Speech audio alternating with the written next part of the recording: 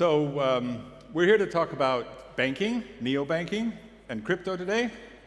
It's kind of a rare species today. So how many people here expected the SEC or the Fed to come running in and tackle me down and take me into the back and never be seen again? So this is kind of the environment that we're in today, right? Banking is becoming a rare animal when it comes to crypto. And so I want to talk a little bit about sort of what the problems are in that space and how we got to where we are. And then I have all kinds of fantastic news and announcements to give out to all of you guys. So there are two major problems in the world today. The first problem is economic inequality. And the second problem is the environment. So I think that most of the people related to crypto and MELD are trying to solve, in some degree, the economic inequality component. In the 1970s, 80s, and 90s, large corporations realized that the world was global, that they could turn their organizations into a global organization instead of a national organization. They saw that they could build financial structures in the world as opposed into a country. But when they did this, and they did this to great success, they left people behind. There was no people around left. The normal people didn't have access to the global markets. Normal people had access to their normal money, which is connected to a specific country. But then Bitcoin and blockchain and crypto changed this. Because there was a vacuum, it opened it up. So now what we see is there's this clash between crypto and money. And we see this with regulations, we see this with lack of understanding, we see this with lots of scams, with traditional finance trying to get into crypto. What MELD is trying to do, it's trying to bring these powerful financial tools that have been available to large corporations since the 70s and 80s, and we want to make them available to everybody, to normal people. The same tools that are available to multinationals, to high net worth individuals, can be available to normal people because of crypto. But in order for this to be of any value, whether we like it or not, there has to be a relationship to fiat. Fiat is just, it's there. It's part of the world. We are all still using it on a daily basis. As much as we want to say that crypto is the future and we're going to use crypto, we have to acknowledge the elephant in the room. And so what MELD really wants to do is try and bridge the gap between this money and crypto. How can we bring them together? There are currently lots of companies trying to do this, but they're doing it from the perspective of traditional finance only, or they're doing it from the perspective of DeFi only. And we want to bridge this element, but we want to bridge it in a way where we can show respect to both sides. So the bankers can't belittle the DeFi degens, and the DeFi degens can't pick on the bankers. Everybody needs to come to the table as grown-ups and try and bring this together.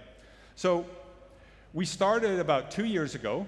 We started on the Cardano blockchain, and we had this initial idea where we wanted to create a lending and borrowing protocol that allowed you to take crypto in a non-custodial wallet, in a trustless smart contract, and be able to borrow fiat against it.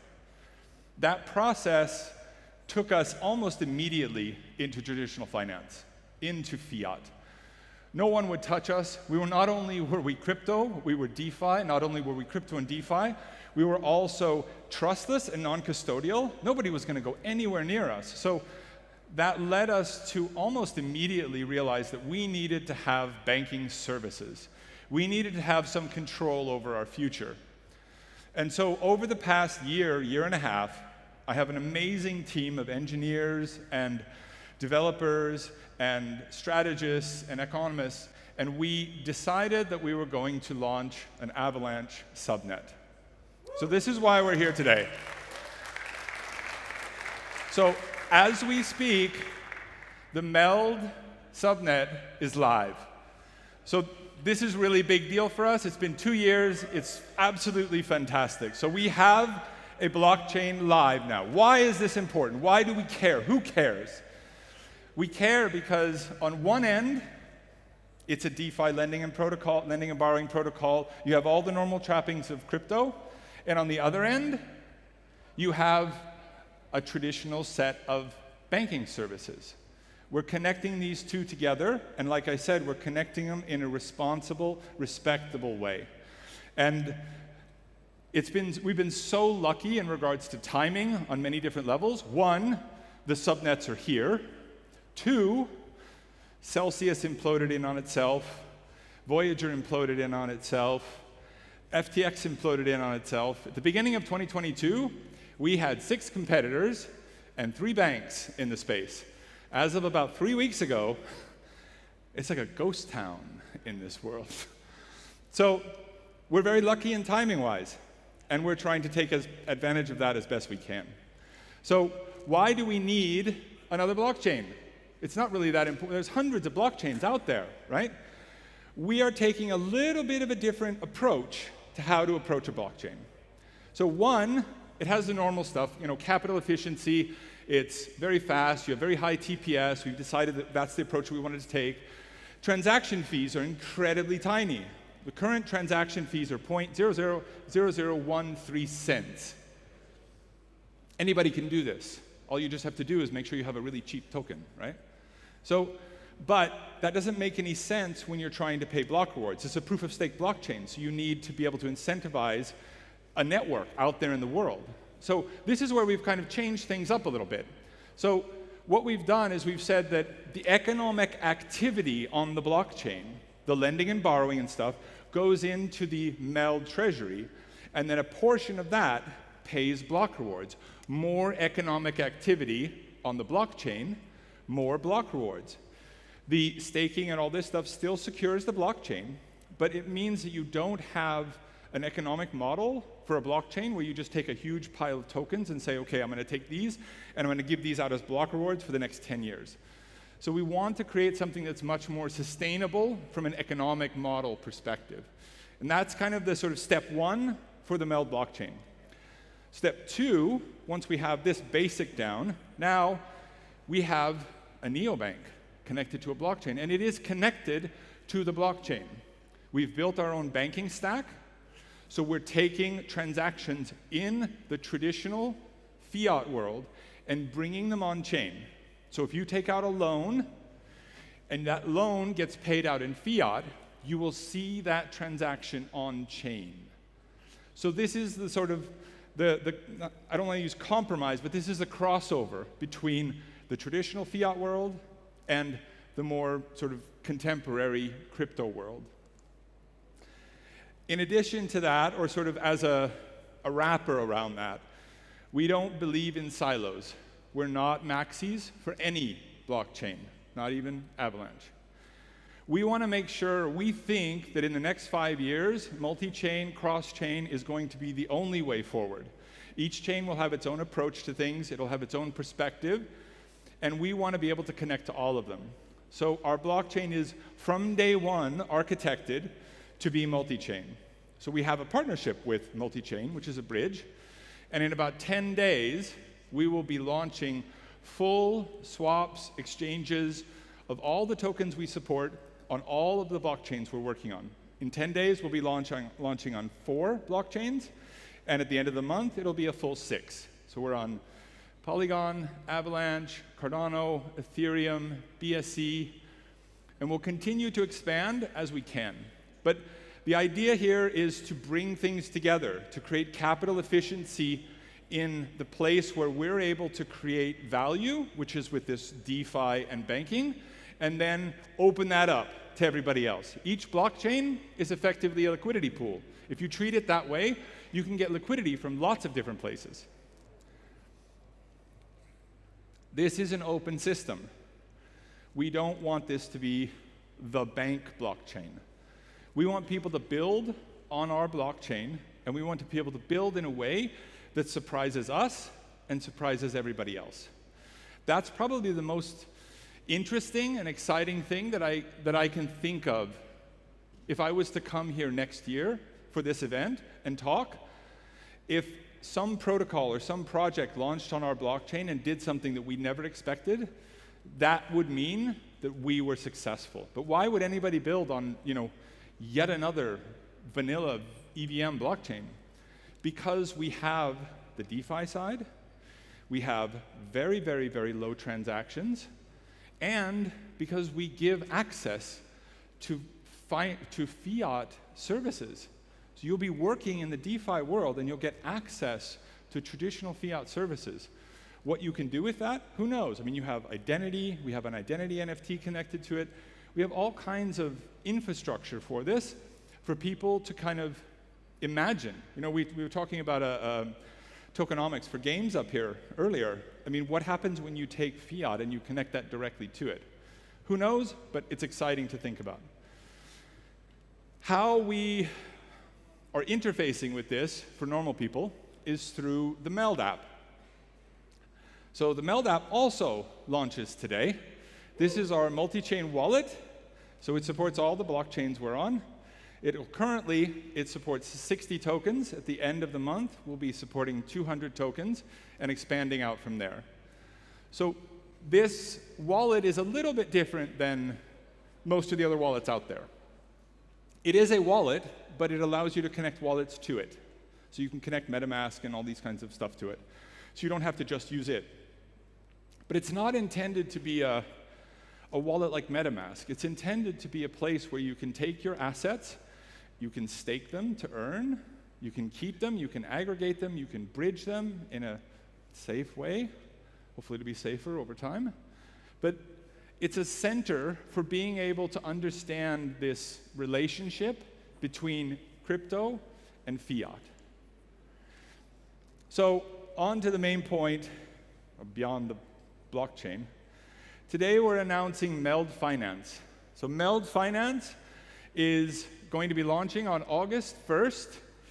This is our crypto, fiat, Web3 Neobank. You can sign up for early access pass today. Everybody who signs up here today will get automatically whitelisted into the early access. And with this neobank, you'll be able to handle fiat. We support 16 different currencies. And you'll be able to work with crypto in a non-custodial wallet.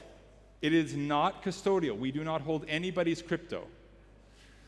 So we're trying to bring these elements together in a way that meets the requirements for the regulators and meets the demand for the crypto audience.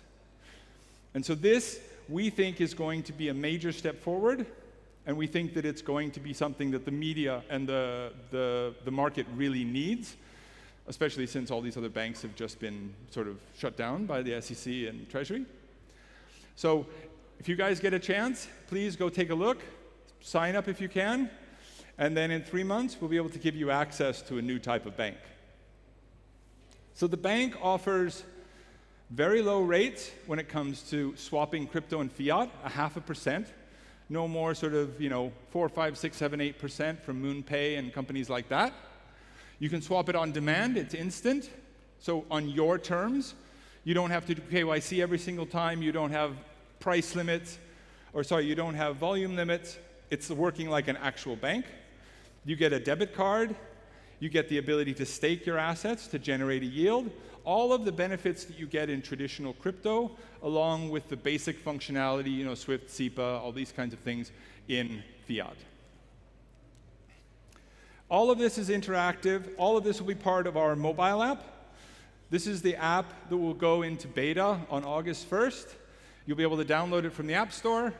And this will be your primary interface into the neobank. So the last thing I want to talk about today is moonshots. So because we're an open platform, because we're a layer 1 blockchain now, we're a subnet, we have the ability to allow people to build on top of it. So today we're announcing MELD Moonshots, which is a grant program where we will be giving a $50,000 grant to one project to build on the MELD blockchain. And again, why would anybody want to do this? They want to do this largely because we have banking, and we have DeFi, and we have the ability to bring these things together. So we really think that the idea of having a blockchain, having an interface, having an API, having a bank, and having a protocol all together allows MELD to kind of lead the way in regards to what type of new economic models, what type of new economic products can be made for the masses. So if we were just a traditional bank, we would only be able to operate in a very, very narrow area. Because we're in crypto, we can operate all over the world.